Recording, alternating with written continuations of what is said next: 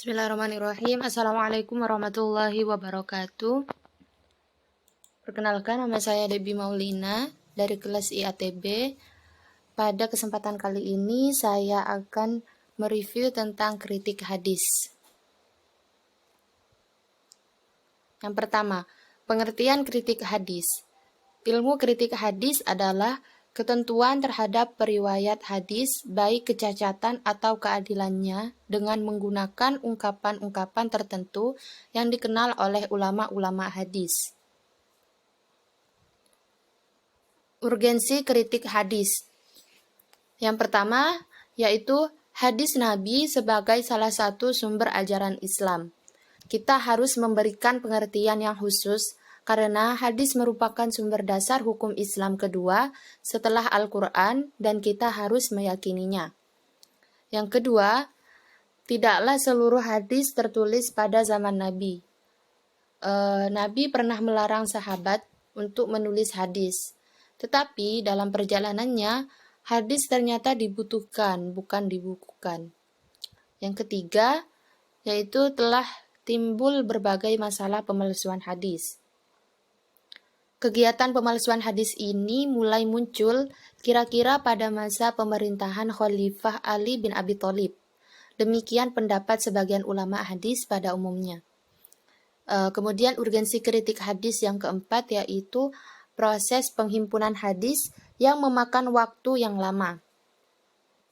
Karena proses yang panjang, maka diperlukan penelitian hadis sebagai upaya kewaspadaan dari adanya hadis yang tidak bisa dipertanggungjawabkan.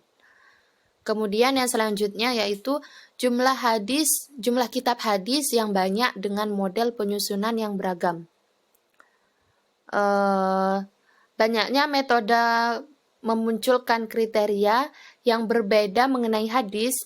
Terkadang kitab-kitab hadis hanya menghimpun hadis, maka hal ini perlu diteliti lebih lanjut. Yang terakhir yaitu telah terjadi periwayatan hadis secara makna. Hal ini dikhawatirkan adanya keterputusan sumber informasinya.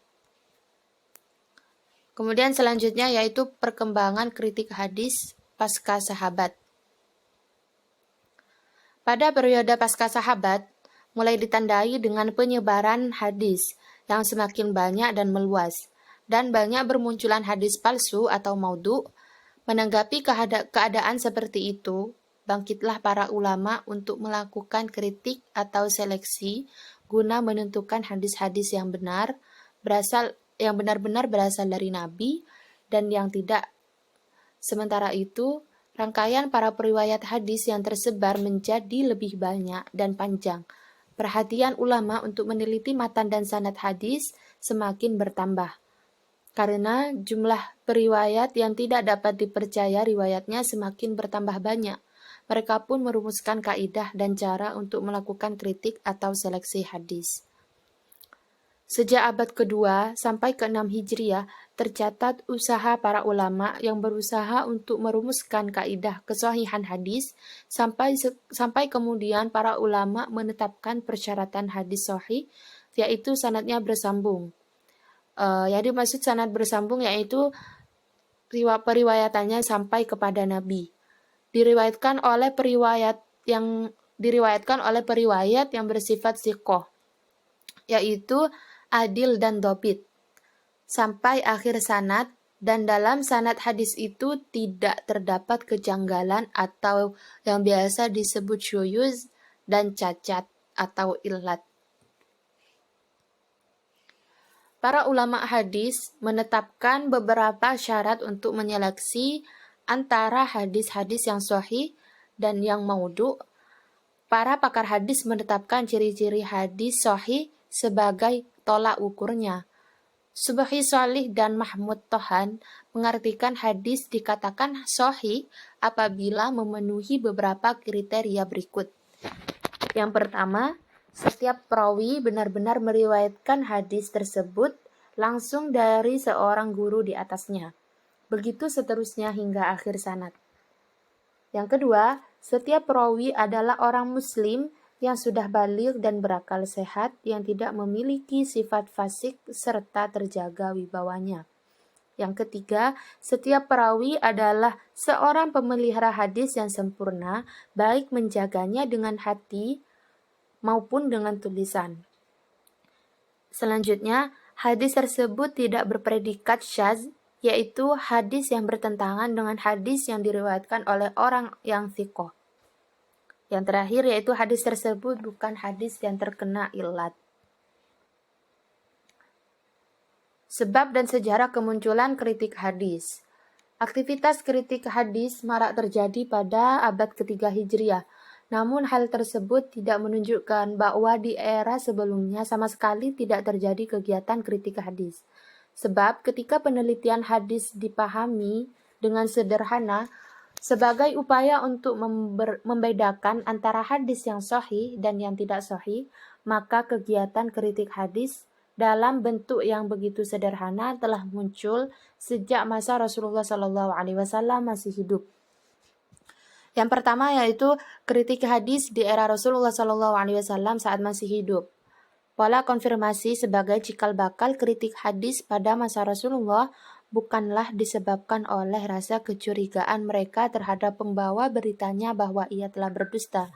Tetapi hal tersebut mereka lakukan adalah dimotivasi oleh sikap mereka yang begitu hati-hati dalam menjaga kebenaran hadis sebagai sumber hukum Islam di samping Al-Quran.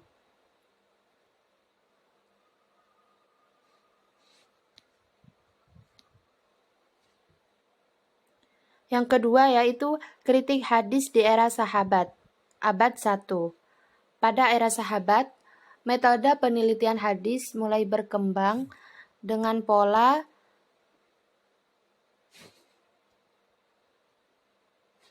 yang bersifat komparatif. Pada era sahabat, metode penelitian hadis mulai berkembang dengan pola yang bersifat komparatif atau perbandingan. Pada masa ini, setelah wafatnya Rasulullah SAW, para sahabat seperti Abu Bakar As-Siddiq, Umar bin Khattab, dan Ali bin Abi Thalib kemudian mulai membuat suatu rambu-rambu atau syarat diterimanya suatu hadis. Antara lain, misalnya dengan mengharuskan kesaksian sahabat yang lain untuk membenarkan periwayatan hadis tersebut. Kemudian yang selanjutnya yaitu pada penelitian hadis era tabi'in dan atba'at tabi'in hingga kodifikasi hadis abad 2-3 Hijriah.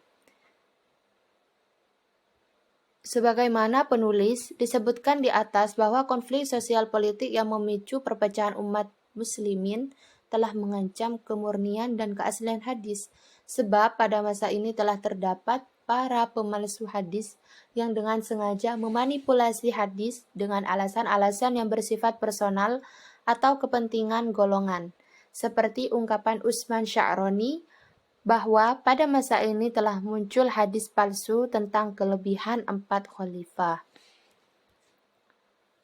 Kemudian selanjutnya yaitu cakupan kritik hadis. Adapun cakupannya adalah sanad dan matan hadis yang menjadi tolak ukur diterima atau tidaknya hadis. Cakupan sanad meliputi keadaan rawi, nama, kedobitan, dan keadilan rawi. Kemudian yang kedua, lambang-lambang periwayatan hadis seperti sami'tu atau sami'na, akhbarona, dan lain-lain sebagainya. Yang terakhir, keadaan sanad, bersambung atau tidaknya sanad, dan ada atau tidaknya syadz maupun ilah dalam sanad. Kemudian, cakupan matan meliputi keadaan matan atau isi hadis yang harus diperhatikan, ialah matan hadis harus tidak bertentangan dengan petunjuk Al-Quran, tidak bertentangan dengan akal sehat, tidak bertentangan dengan hadis yang lebih kuat, tidak bertentangan dengan akal sehat, tidak bertentangan dengan amalan yang telah disepakati oleh ulama masa lalu. Susunan pernyataan menunjukkan ciri-ciri kenabian dengan sempurnanya formasi kata, kalimat, dan makna, dan tidak mempunyai syadz dan illah. Kemudian yang terakhir yaitu contoh penerapan kritik hadis. Yang pertama dari kritik sanad hadis. Dari Mughirah bin Syu'bah radhiyallahu anhu, sabda Rasulullah sallallahu alaihi wasallam bersabda, "Wahai Sufyan bin Sahal, Janganlah kamu isbal, sesungguhnya Allah tidak menyenangi orang-orang yang isbal. Hadis riwayat Ibnu Majah, disahihkan oleh Albani dalam As-Sahihah 2862. Bakar Abdullah Abu Sa'id menegaskan bahwa hadis tentang larangan isbal secara maknawi sudah sampai pada taraf mutawatir, disebutkan dalam berbagai literatur dan diriwayatkan dari banyak jalur sanad dari para sahabat Nabi, seperti Abdullah bin Ibnu Abbas, bin Umar, bin Ibnu Mas'ud, Abu Hurairah, Anas, Abu Dzar, Aisyah, Hubaib, Ibnu Al-Mughaf Al-Ansari, Abu Sa'id Al-Ansari, Huzaifah Ibnu Al-Yaman, Al-Mughirah Ibnu Syu'bah, Samurah bin Ibnu Jundub, Sufyan Ibnu Sahal, Abu Umamah, Ubaid Ibnu Khalid, Jabir Ibnu Sulaim, Ibnu Al-Analiyah, Amr Ibnu Syarid, dan lain-lain. Tidak hanya itu, pembahasan ini pun menjadi pembahasan yang relatif vital dalam kajian para ahli terdahulu.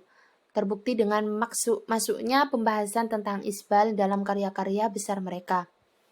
Yang kedua yaitu dari kritik matan hadis. Dalam hadis riwayat Muslim, Ad-Darimi, dan Ahmad dinyatakan, hadis riwayat dari Abu Sa'id Al-Khudri bahwa Rasulullah SAW telah bersabda, "Janganlah kamu tulis apa yang berasal dariku, dan barang siapa yang telah menulis dariku selain Al-Quran, maka hendaklah ia menghapusnya." Menurut pendapat Dr. Muhammad Ajad Al-Khatib dalam tesis dan disertasinya mengemukakan pendapat setelah mengutip pendapat ulama bahwa semua hadis tersebut berkualitas sahih, tidak ada yang mauquf. 3 pendapat berikut ini dapat dihimpun sebagai pendapat yang benar, yakni larangan berlaku bila penulisan hadis dijadikan satu catatan dengan penulisan Al-Quran. Mungkin larangan berlaku untuk menulis hadis dalam satu himpunan pada masa awal Islam sebab dikhawatirkan umat Islam terganggu untuk menghafal dan mencatat Al-Quran. Sedang untuk mempelajari hadis, para sahabat dapat langsung menyaksikan dan mengikuti Rasulullah SAW. Pada masa itu, kepada orang yang tidak dikhawatirkan mencampur adukkan catatan Al-Quran dan hadis. Misalnya, Abdullah ibnu Amr ditoleransi untuk mencatat hadis. Demikian pula kepada orang yang lemah hafalannya, dia diperbolehkan untuk mencatat hadis. Tatkala umat Islam telah mampu memelihara hafalan dan bacaan Al-Quran, maka larangan penulisan hadis dihapus atau biasa disebut mansukh, dan secara umum menulis hadis diperbolehkan. Mungkin itu poin-poin yang mencakup tentang kritik hadis yang bisa saya jelaskan. Kurang lebihnya mohon maaf. Wabillahi taufiq wal hidayah. Wassalamualaikum warahmatullahi wabarakatuh.